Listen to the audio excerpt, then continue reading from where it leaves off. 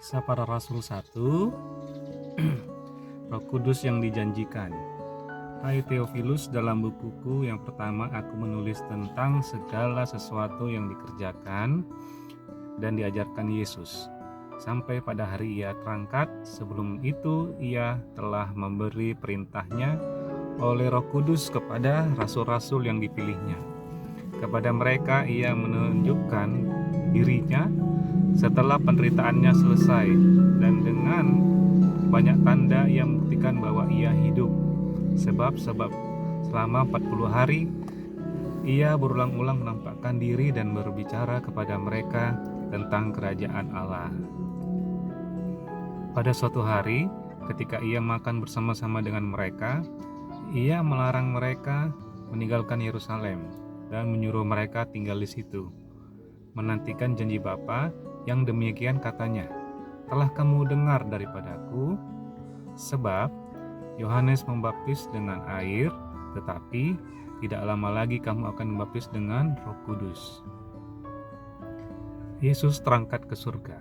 Ayat ke-6, maka bertanyalah mereka yang berkumpul di situ, Tuhan, maukah engkau pada masa ini memulihkan kerajaan bagi Israel?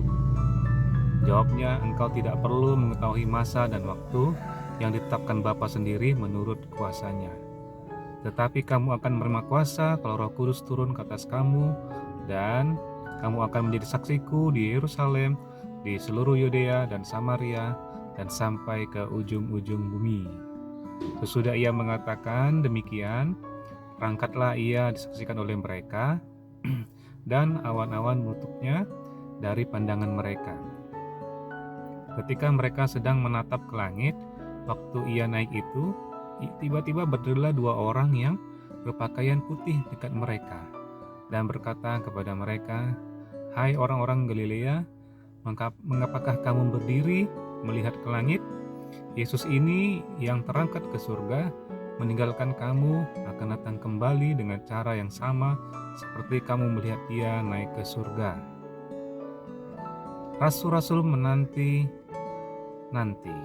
Ayat ke-12, maka kembalilah rasul-rasul itu ke Yerusalem dari bukit yang disebut Bukit Zaitun, yang hanya seperjalanan sabat jauhnya dari Yerusalem.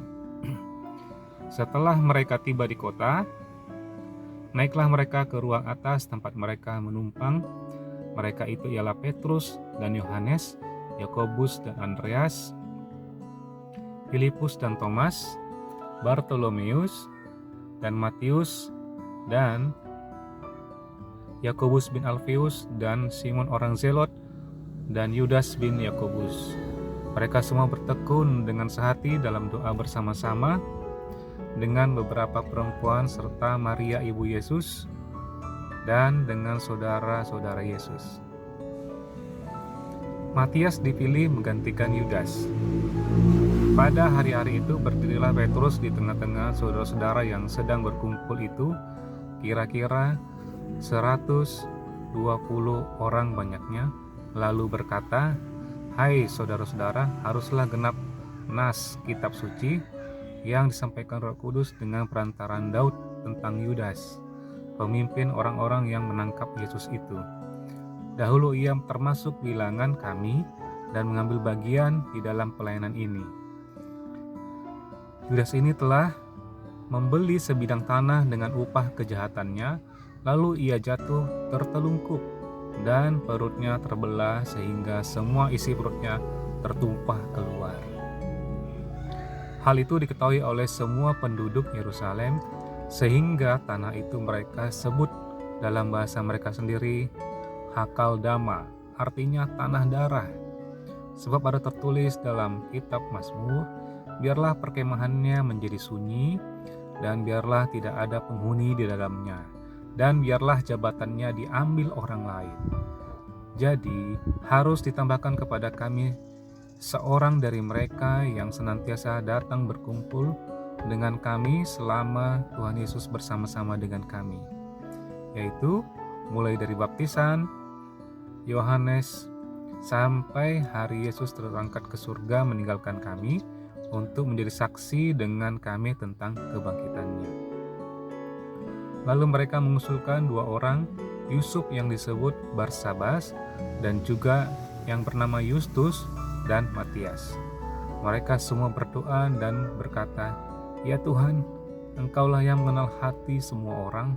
Tunjukkanlah kiranya siapa yang Engkau pilih dari kedua orang ini untuk menerima jabatan pelayanan, yaitu kerasulan yang telah ditinggalkan Yudas yang telah jatuh ke tempat yang wajar baginya." Lalu mereka membuang undi bagi kedua orang itu, dan yang kena undi adalah Matias, dan dengan demikian ia ditambahkan kepada bilangan ke-11 rasul itu.